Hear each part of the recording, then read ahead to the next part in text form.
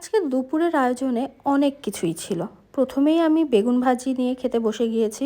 এই বেগুন ভাজিটা খুবই মজা হয়। আম্মু সবসময় একদম গরম, গরম করে সার্ভ করে দেয়। আর বেগুনি কালারের বেগুনটা তো এমনিতেই অনেক মজা লাগে। আর তার উপরে একদম গরম, গরম উপরটা ক্রিস্পি থাকে, ভিতরটা সফট থাকে। ভাত দিয়ে মেখে খেতে বা পোলাওয়ের সাথে মেখে খেতে এত মজা লাগে।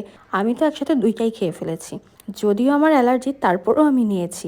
এরপরে নিয়েছিলাম পাঙ্গাস মাছের এই চচ্চড়িটা। এই চচ্চড়িটাও এত বেশি মজা হয়েছে, আমি ২-৩ বার শুধুমাত্র এটাই নিয়েছি। মাছগুলো একটু ছোট, ছোট করে কেটে আলু, টমেটো দিয়ে মাখা, মাখা, মাখা করে করেছিল। খুবই ইয়ামি ছিল। এরপরে নিয়েছিলাম হচ্ছে বড় চিংড়ি মাছ। সবকিছুই অ্যালার্জির, সেজন্য আর কোনো কিছুই বাদ দিইনি। সবকিছুই একটু, একটু করে টেস্ট করেছি। বড় চিংড়ি মাছ দিয়ে মেখে খেতে এটা খুবই মজা হয় এবং লাস্টে একটুখানি বিফ নিলাম। ভেবেছিলাম খাবো না, তারপরে মনে হলো একটু ট্রাই করে দেখি।